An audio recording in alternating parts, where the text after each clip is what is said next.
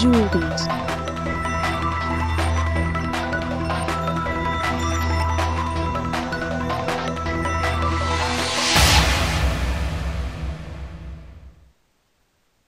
Hi, నా పేరు శివ. మనం ఈ వీడియోలో క్లాసెస్ గురించి చూద్దాం. క్లాసెస్ అనేది ప్రతి object oriented programming language support చేస్తుంది. క్లాసెస్కి చాలా అడ్వాంటేజెస్ ఉన్నాయి. దాంట్లో ఉన్న ఒక అడ్వాంటేజ్ వచ్చేసి class can be used to group related data. అంటే రిలేటెడ్ ఇన్ఫర్మేషన్ని ఒక దగ్గర గ్రూప్ చేయడానికి క్లాస్ ఉపయోగపడుతుంది. ఇలా ఫస్ట్ ఆఫ్ ఆల్ ఎందుకు గ్రూప్ చేయాలి అనేది ఇప్పుడు చూద్దాం. ఎందుకు గ్రూప్ చేయాలని అర్థం చేసుకోవడానికి ఇక్కడ ఒక ప్రోగ్రామ్ ఉంది. ఈ ప్రోగ్రామ్ మనం అరేస్లో కూడా డిస్కస్ చేస్తున్నాము. ఈ ప్రోగ్రాంలో ఏముందంటే 5 స్టూడెంట్స్ నేమ్స్, మార్క్స్, సెక్షన్స్ ఉన్నాయి. తర్వాత ఒక ఫర్ లూప్ ఉపయోగించుకొని వాళ్ళ డీటెయిల్స్ ప్రింట్ చేస్తున్నాం. ఇక్కడ రాజేష్ ఇన్ఫర్మేషన్ వచ్చేసి ఇక్కడ నేమ్స్లో ఫస్ట్ ఎలిమెంట్ లాగా ఉంది, మార్క్స్ వచ్చేసి ఇక్కడ ఫస్ట్ ఎలిమెంట్ లాగా ఉన్నాయి, ఇక్కడ సెక్షన్స్లో ఫస్ట్ ఎలిమెంట్ ఉంది. సో రాజేష్ 45A 3 వచ్చేసి రాజేష్ డీటెయిల్స్. సిమిలర్గా సురేష్ డీటెయిల్స్ వచ్చేసి సెకండ్ పొజిషన్లో ఉన్నాడు, సురేష్ 78B ఇది సురేష్ డీటెయిల్స్. సిమిలర్గా రమేష్ డీటెయిల్స్ వచ్చేసి థర్డ్ పొజిషన్లో ఉన్నాడు, రమేష్ 83A. అట్లనే కమలేష్కి వచ్చేసి కమలేష్ 77A. ఇవంతా కమలేష్ డీటెయిల్స్. సో కాకపోతే ఒక స్టూడెంట్కి సంబంధించిన ఇన్ఫర్మేషన్ 3 ప్లేసెస్లో ఉంది. నేమ్స్ అనే అరేలో ఒక కొద్దిగా ఇన్ఫర్మేషన్, మార్క్స్ అరేలో కొద్దిగా ఇన్ఫర్మేషన్, సెక్షన్స్ అరేలో ఇంకో కొద్దిగా ఇన్ఫర్మేషన్. ఇలా ఒక వ్యక్తికి సంబంధించిన ఇన్ఫర్మేషన్ 3 వేరియబుల్స్లో ఉండడం వల్ల వచ్చిన ప్రాబ్లం ఏంటంటే ఫ్యూచర్లో మనం కమలేష్ మార్క్స్ని 77 నుంచి 80 చేయాలనుకోండి. ఫస్ట్ ఆఫ్ ఆల్ కమలేష్ ఏ లొకేషన్లో ఉన్నాడో చూసుకోవాలి. ఇక్కడ 4th పొజిషన్లో ఉన్నాడు. తర్వాత మార్క్స్ అరేకి వెళ్ళి కూడా 4th పొజిషన్కి వెళ్ళి 77 నుంచి 80 చేయాలి. కానీ ఈ అప్రోచ్లో ఉన్న ప్రాబ్లం ఏంటంటే ఇప్పుడు 5 స్టూడెంట్స్ ఉన్నప్పుడు ఈజీగా కనుక్కోవచ్చును ఎక్కడున్నాడు కమలేష్, ఆ మార్క్స్ ఎన్నో పొజిషన్లో ఉంది అనేది ఈజీగా తెలుసుకోవచ్చును. కానీ if there are 60 students or 70 students, first of all ఆ స్టూడెంట్ ఎక్కడున్నాడో కనుక్కోవడానికే చాలా టైం పడుతుంది. ఒకవేళ కనుక్కున్న తర్వాత మళ్ళీ మార్క్స్ అరేలోకి వెళ్ళి అదే లొకేషన్కి వెళ్ళి చేంజ్ చేసేటప్పుడు తప్పులు జరగడానికి ఆస్కారం ఉంది. సో ఇలా ఫస్ట్ కౌంట్ చేసేటప్పుడు ఎక్కడున్నాడు కనుక్కోవడం అప్పుడు తప్పు జరగచ్చును. ఒకవేళ ఇండెక్స్ కరెక్ట్గా కనుక్కున్న ఈ మార్క్స్ వచ్చి చేంజ్ చేసేటప్పుడు కూడా తప్పు జరగచ్చును. ఇలా తప్పు చేస్తే ప్రాబ్లం ఏంటంటే కమలేష్ మార్క్స్ చేంజ్ చేయకుండా వేరే వాళ్ళ మార్క్స్ చేంజ్ చేసేయచ్చును. సో అంటే ప్రాబ్లమ్స్ జరుగుతాయి. ఇదంతా ఎందువల్ల జరిగింది? ఒక స్టూడెంట్ ఇన్ఫర్మేషన్ మల్టిపుల్ ప్లేసెస్లో ఉండడం వల్ల జరిగింది. అదే స్టూడెంట్ ఇన్ఫర్మేషన్ ఒకే దగ్గర ఉందనుకోండి, Kamlesh 77A. So Kamlesh ID కనిపించిన వెంటనే, నేమ్ కనిపించిన వెంటనే పక్కనే ఉన్నది మార్క్స్, కమలేష్ మార్క్స్ పక్కనే ఉన్న సెక్షన్ లాగా గుర్తించుకోవచ్చును. కానీ ఇక్కడ వచ్చేసి వేరే వేరే వేరియబుల్స్లో ఉండడం వల్ల ఆర్ వేరే వేరే చోట్ల ఉండడం వల్ల మనకి ప్రాబ్లమ్స్ జరుగుతాయి. ఈ ప్రాబ్లమ్స్ అవాయిడ్ చేయడానికే మనం క్లాస్ ఉపయోగించుకోవచ్చును. క్లాస్ ఉపయోగించుకోవడానికి ముందుగా దాన్ని డిఫైన్ చేసుకోవాలి. ఆ క్లాస్ని ఎలా డిఫైన్ చేయొచ్చు అనేదానికి ఇక్కడ సింటాక్స్ చూద్దాం. ఆ సింటాక్స్ ఏంటంటే క్లాస్ అనేది కీవర్డ్, తర్వాత క్లాస్ నేమ్, ఎటువంటి క్లాస్ కావాలి అనేది. మనకి స్టూడెంట్ క్లాస్ కావాలనుకోండి, ఇక్కడ క్లాస్ నేమ్ దగ్గర స్టూడెంట్ అని పెట్టుకోవాలి. తర్వాత you have flower bracket open, flower bracket close. ఈ మధ్యలో మనం ఎటువంటి ఇన్ఫర్మేషన్ స్టోర్ చేసుకోవాలి, దాని డేటా టైప్ ఏంటి అనేది మనం ఇక్కడ డిఫైన్ చేయాలి. ఈ డేటా టైప్స్ అన్నీ స్మాల్ ప్రిమిటివ్ డేటా టైప్స్ అయి ఉండొచ్చును. ఒక్కొక్క ఇన్ఫర్మేషన్కి ఒక్కొక్క వేరియబుల్ క్రియేట్ చేసుకుంటాం. ఫర్ ఎగ్జాంపుల్ మనం స్టూడెంట్ క్లాస్ క్రియేట్ చేయాలంటే ఇలా మనం క్లాస్ అనేది క్లాస్ కీవర్డ్ అట్లనే పెడతాము. తర్వాత క్లాస్ నేమ్ బదులుగా మనం స్టూడెంట్ అని పెడతాం. తర్వాత flower bracket open, flower bracket close. ఈ మధ్యలో మనకు స్టూడెంట్ ఇన్ఫర్మేషన్ ఏమేమి స్టోర్ చేసుకోవాలనుకున్నామో అదంతా మనం ఇక్కడ డిఫైన్ చేస్తాం. ఫస్ట్ నేమ్ స్టోర్ చేసుకోవాలనుకుంటే మనం స్ట్రింగ్ ఉపయోగించుకుంటాం. String is nothing but and character array internally. అది ఉపయోగించుకొని నేమ్ స్టోర్ చేసుకుంటాం. తర్వాత మార్క్స్ స్టోర్ చేసుకోవడానికి ఇంటిజర్ ఉపయోగిస్తాం. తర్వాత అదే సెక్షన్ స్టోర్ చేసుకోవాలంటే క్యార్ ఉపయోగించుకుంటాం. సో ఇలా స్టూడెంట్కి సంబంధించిన information name marks information store చేసుకోవడానికి మనం స్టూడెంట్ క్లాస్ ఉపయోగించుకుంటాం. సో ఇన్ ఫ్యూచర్లో స్టూడెంట్కి ఇంకొన్ని ఇన్ఫర్మేషన్ వచ్చింది అనుకోండి, ఫర్ ఎగ్జాంపుల్ మొబైల్ నెంబర్, అది కూడా ఇక్కడ మనం స్టోర్ చేసుకోవచ్చును లాంగ్ ఉపయోగించి, లేదంటే ఎనీ అదర్ డేటా టైప్. లేదంటే స్టూడెంట్ ఫాదర్స్ నేమ్ స్టోర్ చేసుకోవాలనుకోండి, ఇంకొక స్ట్రింగ్ క్రియేట్ చేసుకొని స్ట్రింగ్ ఫాదర్స్ నేమ్. అలా ఆ స్టూడెంట్కి కావాల్సిన ఇన్ఫర్మేషన్, మనకి ఏమేమి ఇన్ఫర్మేషన్ కావాలి అనే దాన్ని బట్టి మనం ఇలా స్టూడెంట్ క్లాస్ని డిఫైన్ చేసుకోవచ్చు. ఈ క్లాస్ని మనమే డిఫైన్ చేస్తున్నాం కాబట్టి దీన్ని యూజర్ డిఫైన్ డేటా టైప్ అని కూడా అంటారు. ప్రిమిటివ్ డేటా టైప్స్ ఏమో ఇంట్, క్యార్, డబుల్, ఇవన్నీ ప్రిమిటివ్ డేటా టైప్స్.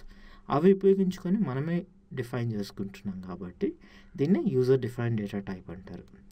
ఆ డెఫినేషన్ ఇక్కడ ఉంది. A class is a user define data type comprising of smaller data elements. So ఇది మనం డిఫైన్ చేసిన యూజర్ డేటా టైప్. దీంట్లో స్మాలర్ డేటా ఎలిమెంట్స్ అంటే నేమ్, మార్క్స్, సెక్షన్, ఇవి స్మాలర్ డేటా ఎలిమెంట్స్. ఈ డేటా ఎలిమెంట్స్ ఉపయోగించుకొని మనమే ఒక డేటా టైప్ క్రియేట్ చేసినాం.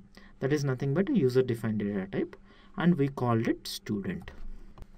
ఇలాగా మనం ఎన్ని డేటా టైప్స్ అయినా క్రియేట్ చేసుకోవచ్చు.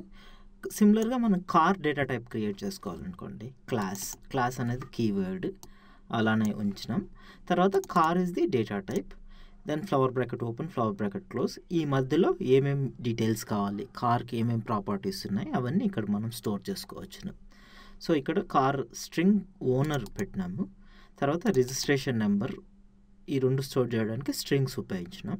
తర్వాత నెంబర్ ఆఫ్ సీట్స్ స్టోర్ చేసుకోవడానికి ఇంటీజర్. తర్వాత ఇంజన్ సీసీ, ఎన్ని సీసీ అని స్టోర్ చేసుకోవడానికి డబుల్.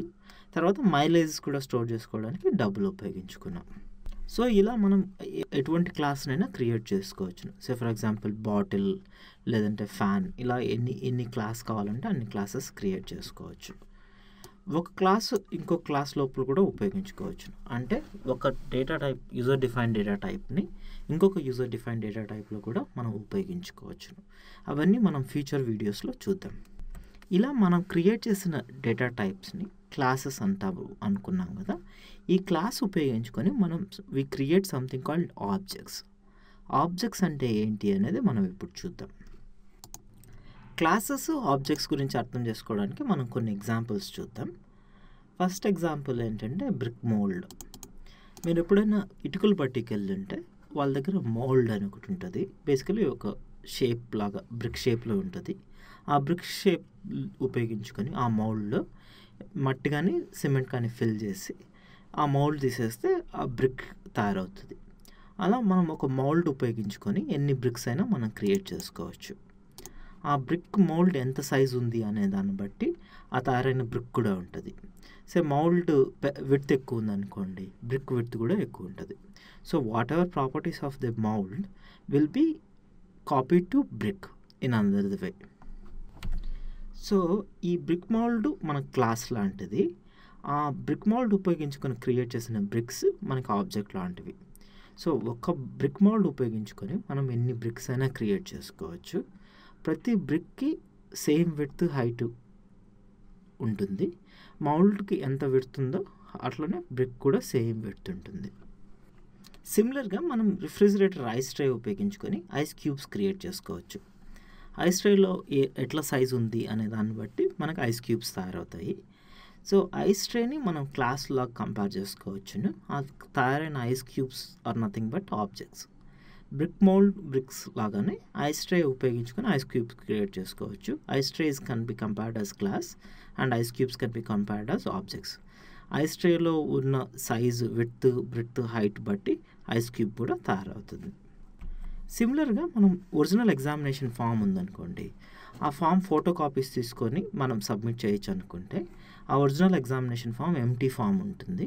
దాన్ని ఫోటో కాపీ లేదంటే జెరాక్స్ తీసుకొని దాంట్లో మనం ఫిల్ చేసుకుంటాం.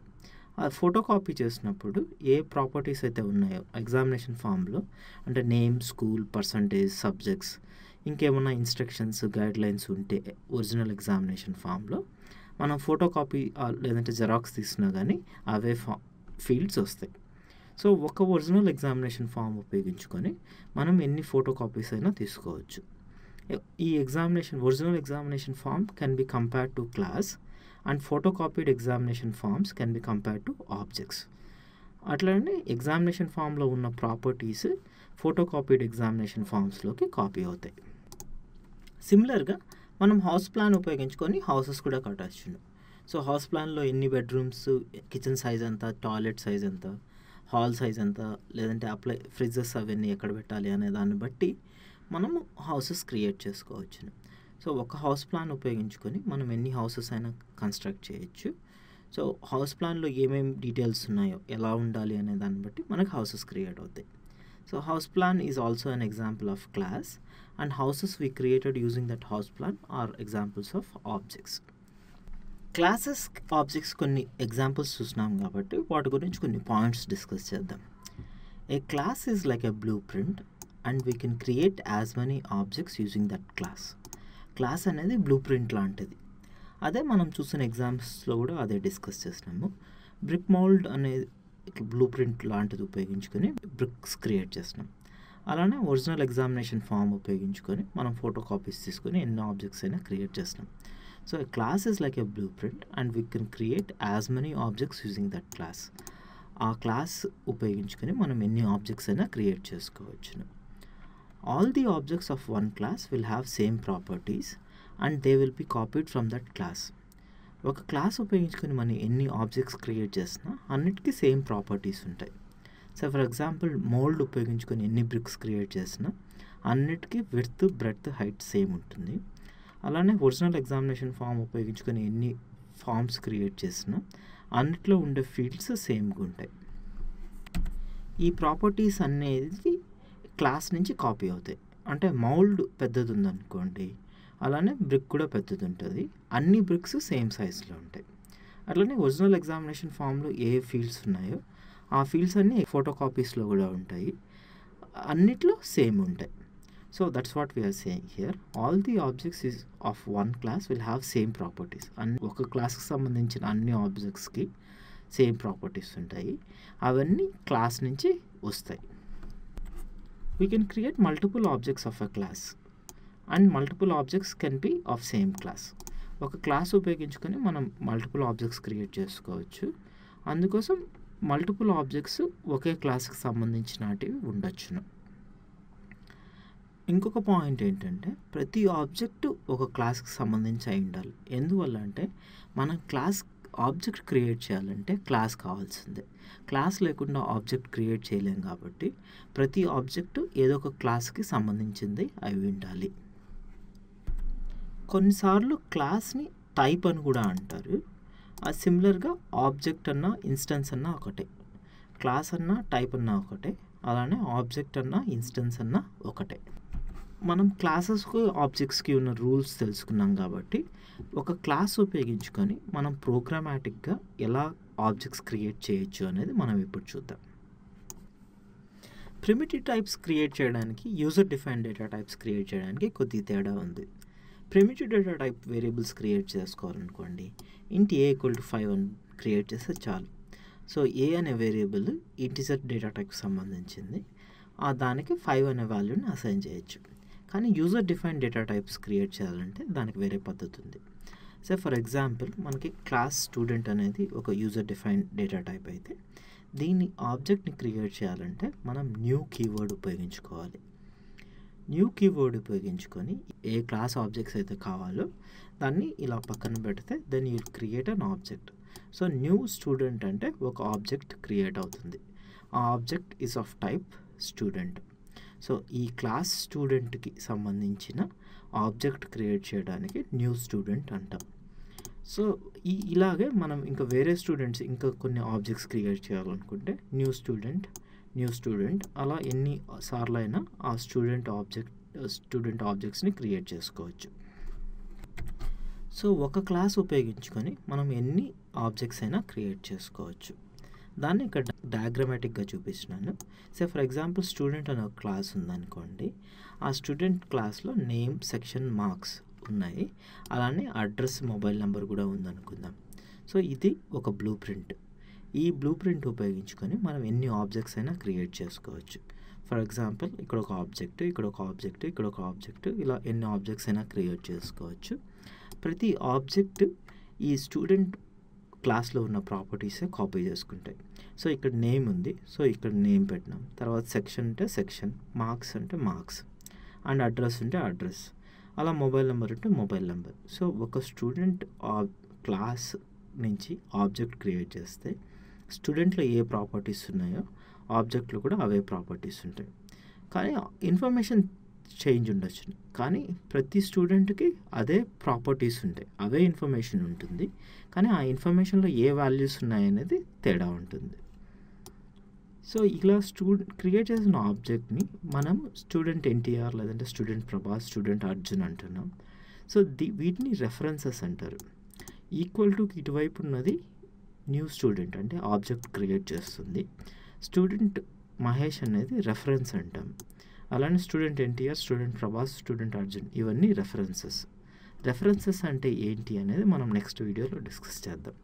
ప్రస్తుతానికి అర్థం చేసుకోవాల్సింది ఏంటంటే, మనం స్టూడెంట్ క్లాస్ డిఫైన్ చేయడానికి ఇలా క్లాస్ స్టూడెంట్ అని చెప్పి స్టూడెంట్ క్లాస్ క్రియేట్ చేస్తాం. ఆ క్రియేట్ చేసిన క్లాస్ను ఉపయోగించుకొని ఆబ్జెక్ట్స్ క్రియేట్ చేసుకోవాలనుకుంటే న్యూ స్టూడెంట్ అంటాం. సో ఒక క్లాస్ ఉపయోగించుకొని మనం ఎన్ని ఆబ్జెక్ట్స్ అయినా క్రియేట్ చేసుకోవచ్చు. అదే ఇక్కడ డయాగ్రమాటిక్గా చూస్తున్నాము. ఒక క్లాస్ ఉపయోగించుకొని మనం ఎన్ని ఆబ్జెక్ట్స్ అయినా క్రియేట్ చేసుకోవచ్చు. మనం ఈ వీడియోలో క్లాసెస్ ఎందుకు కావాలి అనేది డిస్కస్ చేస్తున్నాము. క్లాసెస్కి ఆబ్జెక్ట్స్కి ఉన్న లింక్ ఏంటి అనేది కూడా ఈ వీడియోలో డిస్కస్ చేస్తున్నాము. లాస్ట్లో ఇక్కడ రెఫరెన్సెస్ అనే పాయింట్ మనం ఇంకా డీటెయిల్గా డిస్కస్ చేయలేదు, అదే మనం నెక్స్ట్ వీడియోలో డిస్కస్ చేద్దాం. నెక్స్ట్ వీడియోలో క్లాసెస్కి ఆబ్జెక్ట్స్కి రెఫరెన్సెస్కి ఉన్న లింక్ ఏంటి అనేది డిస్కస్ చేద్దాం.